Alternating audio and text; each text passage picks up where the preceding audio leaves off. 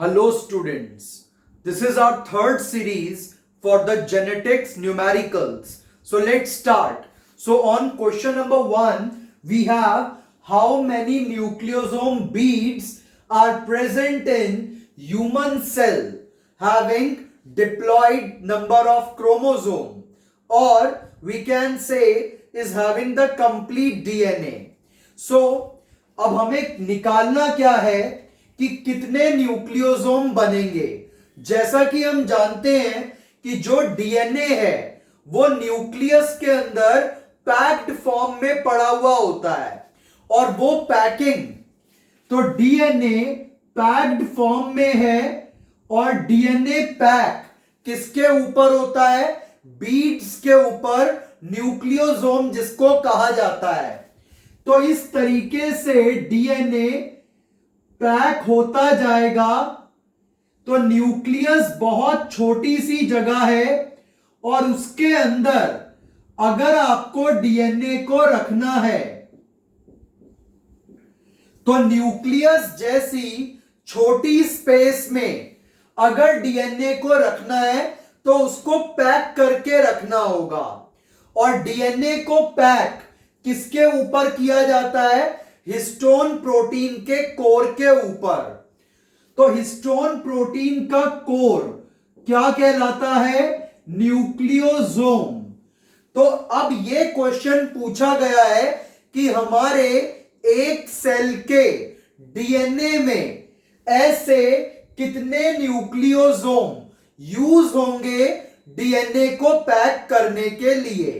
तो आइए देखते हैं इसका नंबर कैसे निकलेगा। तो हमारे डीएनए की जो लेंथ है वो कितनी होती है?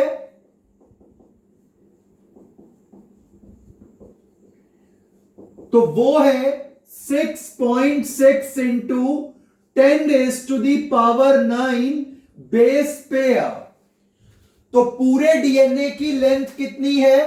6.6 इंटू 10⁻⁹। और एक न्यूक्लियोसोम के ऊपर कितना डीएनए रैप होता है?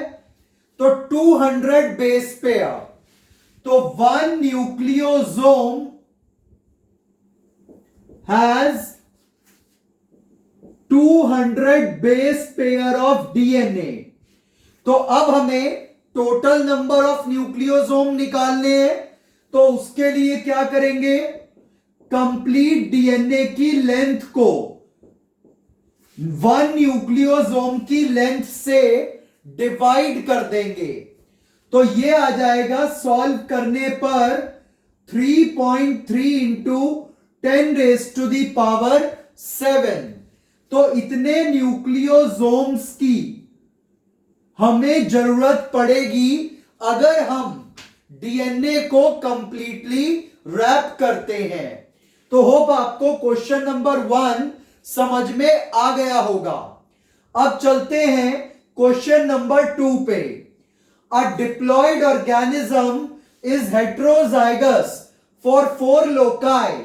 How many type of gametes it can produce. तो क्या कहा गया है कि एक डिप्लॉयड ऑर्गेनिज्म है जो हेटेरोजाइगस है 4 लोकस पे। इसका क्या मतलब हुआ?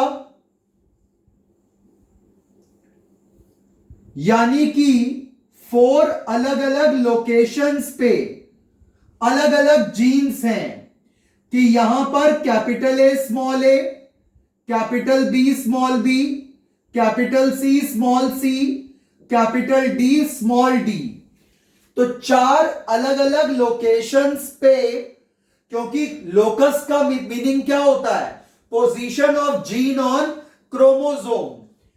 तो ये 4 अलग अलग जीन्स के पेयर हैं जो कि हेटेरोजाइगस है।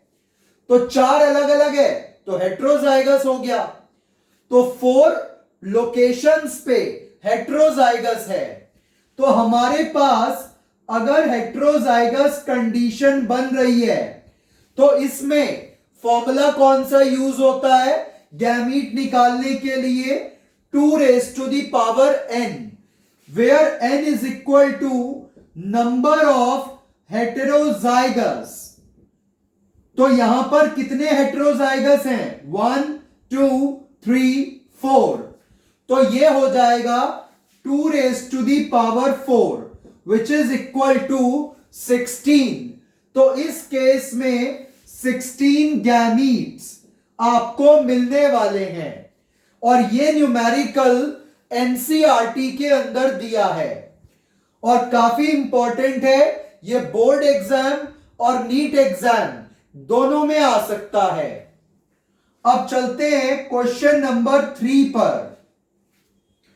क्वेश्चन नंबर 3 में कहा गया है two heterozygous parents are crossed, if two loci are linked what would be the distribution of phenotypic features in F1 generation for a dihybrid cross। अब क्या किया गया है, ये बताया कि हेट्रोजाइगस है पेरेंट और दो लोकस पे, तो ये एक लोकस यानी कि एक पोजीशन आ गई, तो एक हेट्रोजाइगस ये और दूसरा ये। अब क्या कह रहे हैं कि ये दोनों आपस में लिंक हैं कि ए और बी एक दूसरे का साथ नहीं छोड़ रहे। अगर ये एक दूसरे का साथ नहीं छोड़ रहे, ये लिंक्ड हैं, तो क्या आपको करेक्टर मिलेंगे F1 जनरेशन में।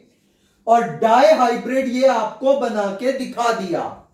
तो हमारे पास क्या कंडीशन है कि इस बार ये दोनों जीन्स चिपक गए हैं, एक दूसरे का साथ नहीं छोड़ रहे। तो आपको इसका क्रॉस बना के इसका रेशियो निकालना है।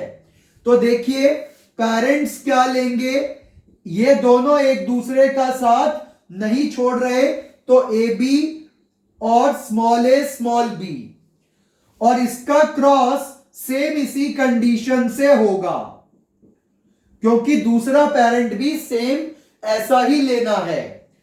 तो अब अगर हम इसके गैमीट बनाएं तो दिस इज आवर पेरेंट। अब इसमें गैमीट क्या बन जाएगा, this is going to be the gamete. अब इसका क्रॉस करवाना है,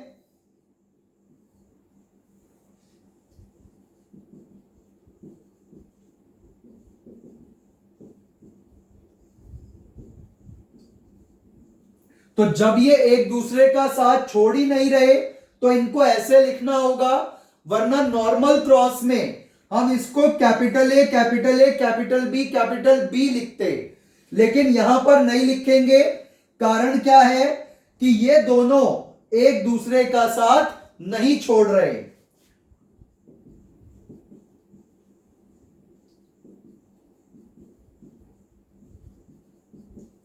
तो इसमें 3 डोमिनेंट आ गए और एक रिसेसिव आ गया। तो यहां पर आपको डोमिनेंट कितने मिल रहे हैं, ये 3, क्योंकि तीनों में कैपिटल अल्फाबेट वाला है और इसमें स्मॉल अल्फाबेट वाले हैं दोनों, तो ये रिसेसिव। तो आपका आंसर क्या आ जाएगा, 3:1, 3 डोमिनेंट एंड 1 रिसेसिव। तो ये क्वेश्चन ये भी एनसीईआरटी से ही लिया गया है और इसमें क्या था कि ये दोनों जीन्स आपस में चिपक गए थे, और अगर दो जीन्स आपस में चिपक जाएं, दो लोकस लिंक हो जाएं, तो वो एक दूसरे का साथ नहीं छोड़ेंगे और आपका ये स्पेशल टाइप का क्रॉस जनरेट होगा। तो होप आपको ये थर्ड न्यूमेरिकल भी क्लियर हो गया होगा। Now we are moving to the fourth numerical. तो उससे पहले आप इसका एक स्क्रीनशॉट ले लें। अब चलते हैं फोर्थ न्यूमेरिकल पे। फोर्थ न्यूमेरिकल में कह रहे हैं a polypeptide contains 14 amino acid, यानी कि एक प्रोटीन है और उस प्रोटीन के अंदर कितने अमीनो एसिड्स हैं, 14। और अब क्या कह रहे हैं कि उस प्रोटीन में अगर 14 अमीनो एसिड्स हैं,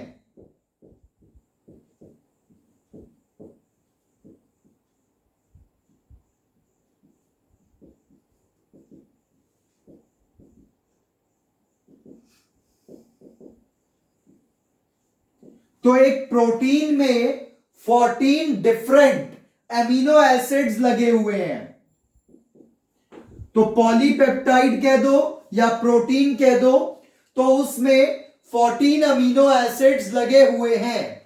और अब क्या पूछ रहा है क्वेश्चन में, find the number of base pair in the processed mRNA that code for this polypeptide.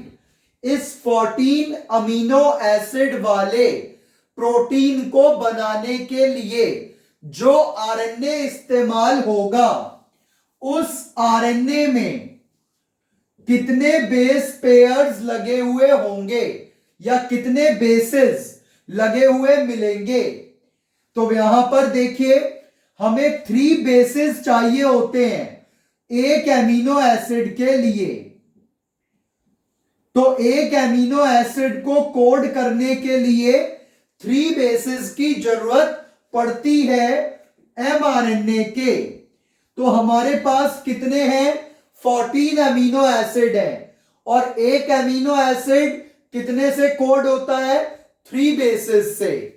तो टोटल कितने जरूरत पड़ेगी, 14 into 3, that is 42 bases will be required to construct a polypeptide of 14 amino acid। तो एक amino acid को code करने के लिए 3 बेसिस की जरूरत थी, तो 14 को कोड करने के लिए 14 3 42 बेसिस की जरूरत पड़ेगी। आप यहां पर बेस ही करेंगे, बेस पेयर नहीं, क्योंकि आरएनए में पेयर नहीं होता। और ये क्वेश्चन 2019 के सीबीएसई के सैंपल पेपर में आया हुआ था। तो ये सारे क्वेश्चन बोर्ड एग्जाम और नीट एग्जाम दोनों के लिए इंपॉर्टेंट है। Hope you have liked the video. Thank you.